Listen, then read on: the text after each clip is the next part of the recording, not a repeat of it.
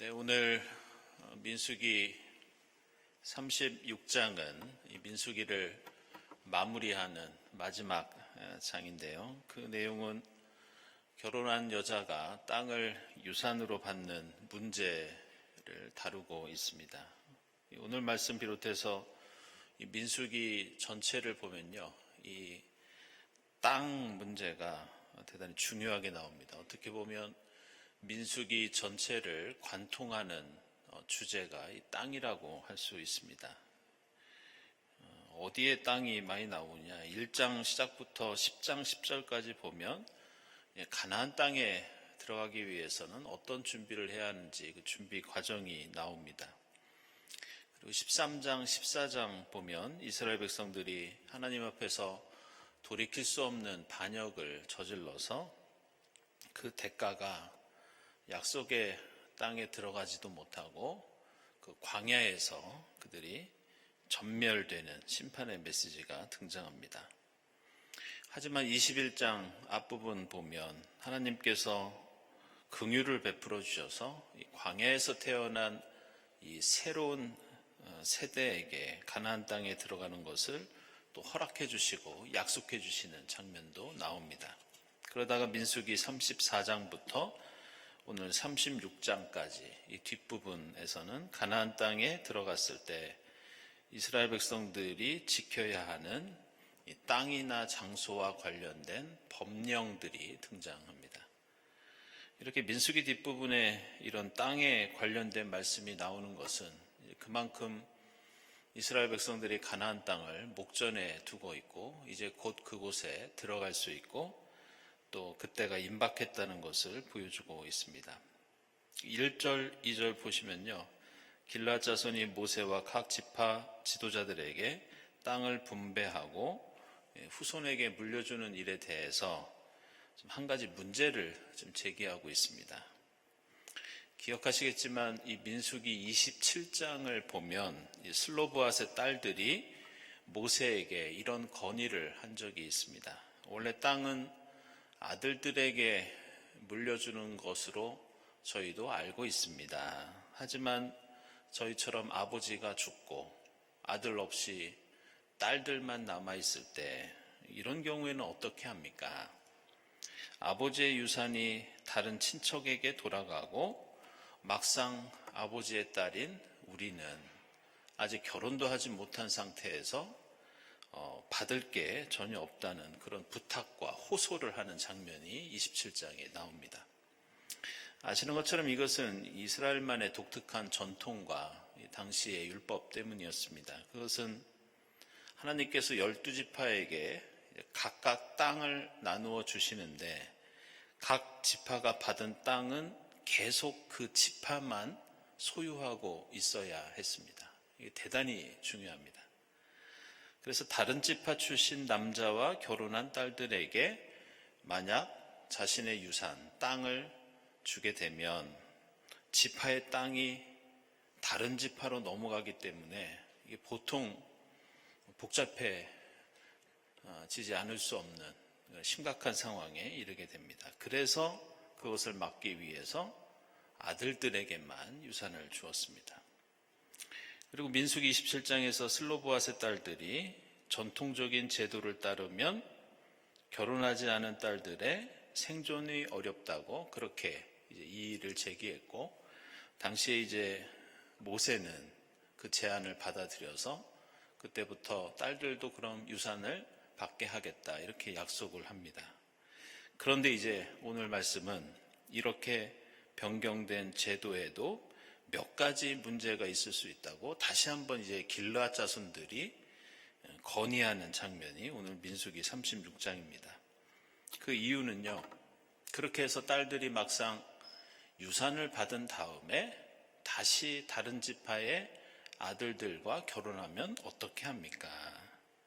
그럼 결국 또 그 지파의 땅이 다른 지파로 넘어갈 수 있는 그런 맹점이 있는 것이 아닙니까? 이런 의견이었습니다. 그러자 길앗 자손의 말을 들은 모세는 오늘 5절 이하를 보시면 바로 그 자리에서 동의를 합니다. 너희들의 말이 맞다. 그러면서 이제 앞으로 아버지의 유산을 받은 딸들은 자기 마음에 드는 남자와 누구라도 결혼할 수는 있지만 반드시 같은 지파의 남성들, 그들과 결혼해야 한다. 이렇게 명령합니다. 그리고 11절 이하 보시면 슬로브앗의 딸들은 이 명령에 따라서 같은 지파의 남자들과 결혼을 합니다. 그래서 그 지파의 땅이 이제 보존될 수 있었죠.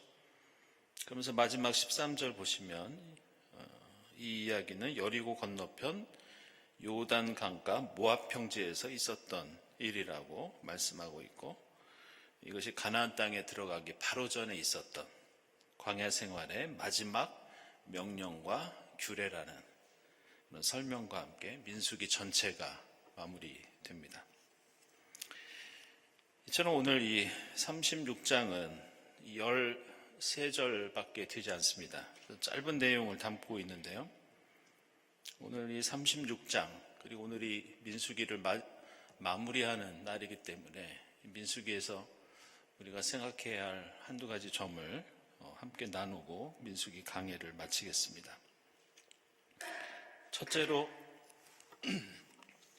오늘 36장은 슬로브앗의 딸들의 처지를 어떻게 돌봐줄 수 있는지 이제 고민하는 그런 내용이 나오는데, 여기서 이 여성 그리고 연약한 자에 대한 관심, 이것이 오늘 사실은 36장 그리고 이전의 27장의 중요한 주제입니다. 그런데 이것은 단순히 슬로브앗의 딸들에 관한 이야기에서만 나타나는 특징이 아니라 민수기 전체에서 대단히 중요한 주제입니다. 예를 들어 5장에서는 남편에게 불륜의 의심을 받는 여인을 어떻게 구제할 수 있는지 그 내용이 등장합니다. 그리고 12장에서는 구스 여인을 변호하는 이야기가 나오고요. 또 같은 12장에서는 이 미리암에 대한 특별한 지위에 대해서 언급합니다. 미리암은 여성 지도자죠. 당시 사회에서는 대단히 좀 독특한 케이스입니다. 보통 여성이 이렇게 전 공동체를 이끌어가는 경우가 드물기 때문에 12장에 나오는 미리암 이야기도 좀 특별합니다. 게다가 20장에서는 보통 여성의 죽음을 이렇게 언급하는 경우가 성경에 나오지 않습니다. 그런데 미리암의 죽음에 대해서 이례적으로 소개하고 있습니다. 26장에서는 인구조사 목록에 여성이 열거되는데, 이것도 당시 사회에서는 대단히 좀 독특한 그런 특징입니다. 그리고 말씀드렸던 슬로브앗의 딸들, 여성이 땅을 유산으로 받는 이야기가 27장과 오늘 36장 두 번에 걸쳐서 나오고 있고, 또 30장에서는 여성들이 서원을 하는 그런 경우에 대해서 언급하고 있습니다. 그러면서 고의성이 없이 살인을 저지른 자들에 대한 고려, 그리고 땅이 없는 레위 사람들에 대한 이야기, 그 관심이 35장에 기록되어 있습니다. 이처럼 이스라엘 공동체는 그 기원이 되는 출애굽 사건부터 그리고 이후 역사에서 항상 여성을 비롯한 사회적인 약자에 관심을 두었습니다. 그리고 그들을 돌보는 것이 사회적으로, 신앙적으로 가장 중요한 가치였습니다. 그래서 나중에 이스라엘 백성들이 가나안 땅에 들어가서, 여러분 아시는 것처럼 이스라엘 백성들의 이제 가장 대표적인 전성기가 다윗 시대였죠. 그 전성기가 시작되는데, 이때 다윗을 중심으로 한 이스라엘 공동체가 어떤 특징을 가지고 있는지 좀 흥미로운 이야기가 성경에 나옵니다. 그게 사무엘기상 22장 2절에 나오는데요. 제가 읽어보면, 압제를 받는 사람들과 빚에 시달리는 사람들, 원통하고 억울한 일을 당한 사람이 모두 다윗 주변으로 몰려들었다. 이런 말씀이 나옵니다. 우리가 생각하기에 다윗은 대단히 좀 화려하고 강성한 그런 왕조를 이루었던 그런 전성기로 생각을 하고 있는데, 당시에도 이 출애굽 공동체처럼 노예 생활을 하던 사람들이 탈출했던 이 공동체처럼 주변에 사회적인 약자들을 통해서 공동체가 형성되었던 것을 볼 수 있습니다. 결국 이스라엘은 처음부터 전성기를 맞이하는 다윗 시대까지, 그리고 또 그 이후의 역사까지 사회적 약자를 위한 공동체였고, 이러한 특징들은 앞서 말씀드린 대로 민수기 전체에서 드러나고 있습니다. 그런데 우리가 주목할 것은 이렇게 민수기에서 이런 여성이나 이렇게 고통당하는 사람을 강조하는 것이 사실 당시 이스라엘의 상황을 고려해 보면 매우 좀 독특한 현상입니다. 지금 출애굽하는 이스라엘은 잘 먹고 잘 살던 때가 아니었고, 광야에서 여러 가지 고난과 어려움을 겪고 있었고, 사실 땅도 없이 유랑하던 사람들이었습니다. 가나안 땅에 들어가서도 무슨 일이 어떻게 벌어질지 알지 못하는 그런 상황이었습니다. 이스라엘도 다른 누군가의 사정을 살피고 돌볼 여유가 없었는데, 민수기는 전체 말씀을 통해서 연약한 이웃에 대한 배려와 돌봄이 강조되고 있는 것을 볼 수 있습니다. 따라서 우리가 이웃을 사랑하고 돕는 것은 여유가 있어서 하는 것이 아니라 위험한 광야를 걸어가더라도, 우리가 만나와 메추라기만 먹고 배부르지 못한 삶을 살더라도 이 이웃사랑은 하나님의 백성이 늘 기억하며 지켜야 하는 기본적인 사명이다, 책임이다. 이것이 민수기에 나타나는 중요한 의미 가운데 하나입니다. 오늘 민수기 36장을 묵상하면서 우리가 생각해 볼 수 있는 또 다른 문제는, 민수기는 왜 이렇게 슬로보앗의 딸들의 유산 문제를 두 번에 걸쳐서 소개하고 있는가? 정말 이 일이 이스라엘 공동체에서 그토록 중요했던 일인가? 우리는 이런 질문을 좀 할 필요가 있습니다. 근데 우리가 생각할 것은 사실 이 27장과 36장에 나오는 이 유산 문제는 가나안 땅에 들어가는 이스라엘 공동체에게 대단히 중요한 의미를 가지고 있습니다. 그래서 여성의 유산 문제로 국한해서 보기에는 대단히 의미 있는 그런 사건이 오늘 이 36장에 나와 있습니다. 지금 40년 동안 광야를 거쳐서 가나안 땅에 들어가려는 이스라엘 백성들은 이집트에서 노예 생활을 하던 사람들이었습니다. 따라서 그들은 이집트에서 어떤 경험을 했느냐? 극심한 억압과 착취, 그리고 불평등에 시달렸고, 당연히 그들이 가나안 땅에 들어가서 펼치려고 했던 새로운 세상은 당연히 공평과 정의가 가장 중요한 가치가 될 수밖에 없었습니다. 그리고 그것을 가능하게 하는 것이 이스라엘의 각 지파가 땅을 골고루 공평하게 분배받고 그 땅을 서로 매매하거나 지파 사이에 주고받지 않는 것입니다. 만약 하나님이 주신 땅이 지파들 사이에서 사고 팔거나 유산으로 다른 지파에 넘어갈 수 있으면 12지파 사이에는 반드시 불평등이 생기기 마련입니다. 그렇게 되면 이스라엘 12지파가 공평하게 협력해서 나라를 다스리는 정치, 경제 체제에도 큰 문제가 생기고 지파들 사이에 갈등과 싸움이 일어날 수밖에 없습니다. 그래서 슬로보앗의 딸들의 유산에 관한 말씀은 우리는 하나님이 명령하신 공평과 정의의 가치를 지키기 위해서 이 제도를 유지하는 데 어떤 어려움이 있더라도 우리는 이 가치를 지켜야 한다, 이런 정신이 들어 있습니다. 이 12지파가 공평하게 나라를 다스리는 전통을 지키기 위해서라면 우리는 최선을 다해야 한다, 이런 합의와 이런 실천이 27장과 오늘 36장에서 볼 수 있습니다. 이런 이유로 나중에 이제 가나안 땅에 들어가서 그 땅을 분배받는 과정을 저희들이 이제 여호수아서에서 보게 될 텐데요. 그 과정을 보면 각 지파마다 어떤 지역의 땅을 분배받을 것인지 결정하는 장면이 나옵니다. 근데 뭘 통해서 결정하느냐? 제비 뽑기를 합니다.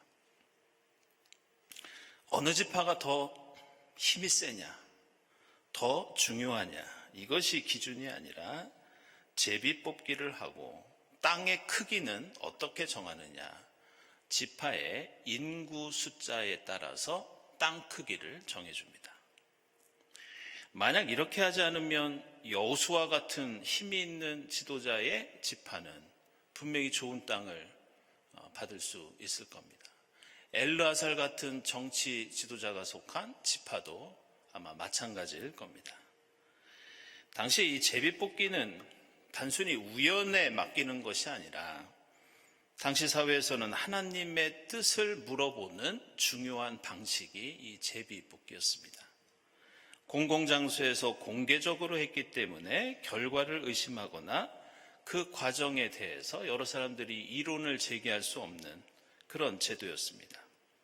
그래서 성경을 보면 이런 제도와 관련해서 지금까지 보았던 말씀과 관련해서 유산과 관련하여 매우 특별한 용어를 의도적으로 사용합니다. 민수기에서 각 지파들이 분배받은 땅은 단순한 유산이 아닙니다. 성경에서 유산이라고 하는 말은 히브리어 단어로 나할라 이렇게 말하는데, 슬로브앗의 딸들 이야기에 나오는 유산은 그냥 나할라가 아니라 아후자 나할라 이런 말을 씁니다. 여기서 아후자는 붙잡히다 이런 뜻인데, 히브리어 단어 이 아하스에서 파생된 말인데, 한마디로 유산, 하나님이 주신 것, 이게 무슨 뜻이냐? 하나님께 붙잡혀 있는 땅, 이런 뜻입니다. 내가 그냥 갖고 싶다고 갖고 내가 힘 있다고 소유하는 그런 땅이 아니라 하나님께 저당 잡혀 있는 땅, 그러니까 제 땅이 아니라는 그런 뜻입니다. 이 땅은 인간이 아니라 하나님의 소유이며 땅을 분배하는 것, 그리고 그 하나님이 주신 땅에서 사람들이 살아가는 삶의 방식도 하나님의 뜻과 명령을 따라야 한다는 그런 의미입니다. 그래서 오늘 36장 보시면 이 짧은 내용 안에 한 지파가 물려받은 땅은 그대로 유지되어야 한다는 말이 계속 여러 번 반복됩니다. 7절 보시면 이스라엘 자손이 제각기 자기 조상으로부터 물려받은 지파의 유산을 그대로 간직해야 한다. 8절에서도 이스라엘 자손이 지파마다 조상으로부터 물려받은 유산을 간직해야 한다. 9절과 12절에서도 같은 내용이 거의 문자 그대로 반복되고 있는 것을 볼 수 있습니다. 따라서 오늘 우리는 이 말씀을 통해서 이스라엘이 이 제도와 이 하나님의 뜻을 지키기 위해서 얼마나 고민하고 얼마나 노력했는지 알 수 있습니다. 그리고 이것을 통해 우리는 우리의 신앙생활도 다시 한번 생각해 봐야 합니다.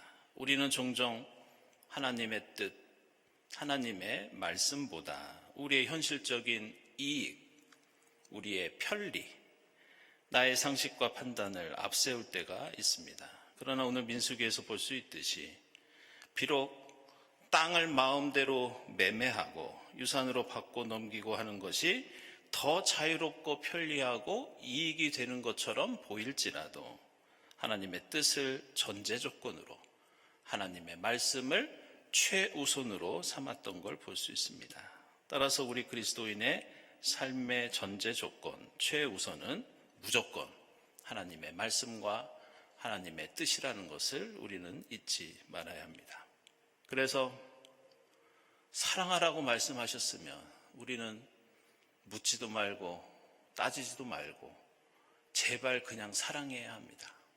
화해하라고 용서하라고 하셨으면 이유 대지 말고 조건 달지 말고 그냥 용서하고 화해해야 합니다. 공평과 정의와 평화를 위해서 헌신하라고 한다면 그것을 위해서 전력 질주하는 것이 우리의 사명입니다. 이것이 오늘 민수기 36장에 나오는 슬로브앗의 딸들의 이야기에 담겨 있는 매우 중요한 의미입니다. 이렇게 오늘 36장을 통해서 민수기 강해를 마치고 저희가 이제 다음 주 수요일에는 그 모차르트 크레도 미사를 통해서 음악 예배를 드리고 그 다음 주에 이제 저희들이 신명기 강해를 이어갈 예정입니다. 저는 오늘 이 민수기 강해를 마치면서 여러분들이 고비를 넘기신 것 같습니다. 이 레위기 민수기 읽기가 보통 쉽지 않은데요. 그렇다고 신명기 여호수아기가 그렇게 쉽고 재밌는 것은 아닙니다. 근데 이 전체 내용 가운데 이 민수기의 어떤 점을 우리가 기억하면 좋을지 저도 기도하면서 좀 묵상을 했습니다. 묵상하는 가운데 이 민수기 전체에서 아무래도 우리가 민수기라고 하는 책 이름, 이것이 우리에게 주는 의미가 크지 않나 그런 생각을 했습니다. 이 민수기 강해가 처음 시작하면서 언급되었듯이 이 민수기라는 책 이름에는 두 가지 버전이 있습니다. 하나는 70인역 성경의 민수기 제목인 아리스모이라는 그런 책 제목이 민수기의 책 제목입니다. 그리고 다른 하나는 히브리어 성경의 제목인 베 미드바르, 이것도 역시 민수기를 가리키는 제목입니다. 먼저 이 아리스모이라는 책 제목은 우리말의 민수기, 그러니까 백성들의 숫자를 기록했다는 이 제목처럼 백성들의 숫자를 가리키는 의미입니다. 민수기의 1장과 26장을 비롯해서 백성들의 숫자가 종종 나오기 때문에 이런 제목이 붙었다고 할 수 있습니다. 그런데 이 아리스모이는 단순히 인구조사를 통해서 백성들의 숫자를 적어 놓았다는 뜻만이 아니라 이 제목에는 대단히 중요한 의미가 담겨 있습니다. 그게 뭐냐? 창세기 12장에서 나이가 들고 후손이 없는 아브라함을 향해서 내가 너에게 수많은 자손을 주겠다고 하나님께서 약속해 주셨던 그 약속이 지금까지 수많은 고비와 어려움이 역사 속에서 그리고 아브라함의 자손 가운데 있었지만 결국 그 약속이 우리의 현실이 되었다. 한마디로 하나님에 대한 자랑, 하나님에 대한 감사, 그것이 백성들의 숫자라는 뜻을 가진 민수기의 책 제목 아리스모이입니다.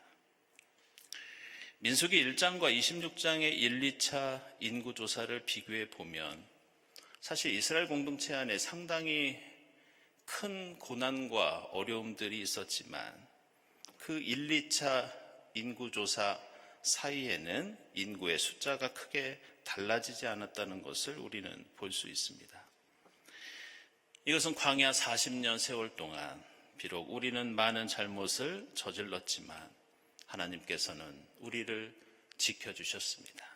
그 열악한 상황에서도 하나님께서 생육하고 번성하도록 인도해 주셨고 하나님의 약속은 이처럼 아무리 힘들어도 언젠가는 우리의 눈앞에 현실이 될 수 있습니다. 이것이 민수기의 책 제목에 담겨있는 신앙 고백입니다. 마지막으로 민수기의 또 다른 책 제목인 베 미드마르, 이것은 광야에서라는 뜻을 가지고 있습니다. 민수기의 배경이 출애굽 이후의 광야 생활을 담고 있기 때문에 당연히 이런 제목이 붙어 있습니다. 하지만 여기서도 단순히 민수기의 배경을 알려주는 것 이상의 신학적인 의미가 이 속에 담겨 있습니다. 광야에서를 가리키는 베 미드바르는 이 히브리어로 풀어보면 광야는 어떤 장소냐? 하나님의 말씀이 있는 곳, 이런 뜻입니다.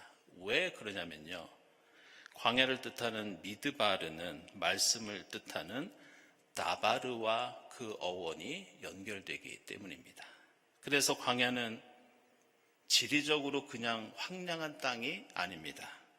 힘들고 어려워도, 고단하고 배가 고파도 하나님이 말씀해 주시는 곳, 하나님이 우리에게 얘기해 주시는 곳, 이런 뜻을 가지고 있습니다.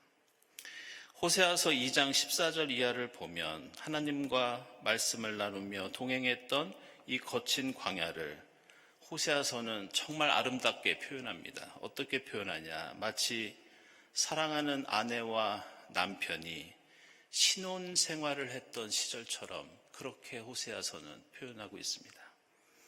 비록 궁핍한 시절이었지만 어느 때보다 서로 사랑했던 그 시간, 주님께서 우리에게 말씀해 주시고 우리를 지켜주셨던 그 자리, 따라서 말씀이 있던 그곳은 우리에게 가장 행복했던 시절이었다. 이것이 민수기에 그리고 구약성경에 담겨 있는 이 광야에 대한 그들의 신앙 고백입니다. 우리는 지금 사순절을 보내고 있습니다. 그리고 우리 주님은 십자가의 길을 걷고 계십니다. 우리의 삶과 신앙도 때로는 거친 광야 같고 종종 십자가 고난으로 가득하지만 주님의 약속은 언젠가 반드시 현실이 된다는 것을 민수기 말씀을 통해 믿고 힘과 용기를 얻을 수 있기를 바랍니다. 주님이 말씀해 주시고 주님이 우리와 임마누엘로 함께 해주시며 지팡이와 막대기로 인도해 주신다는 것을 믿고 힘있게 이 사순절 믿음의 길을 이어가는 여러분이 될 수 있기를 주님의 이름으로 축원합니다. 말씀을 묵상하면서 함께 기도드리겠습니다.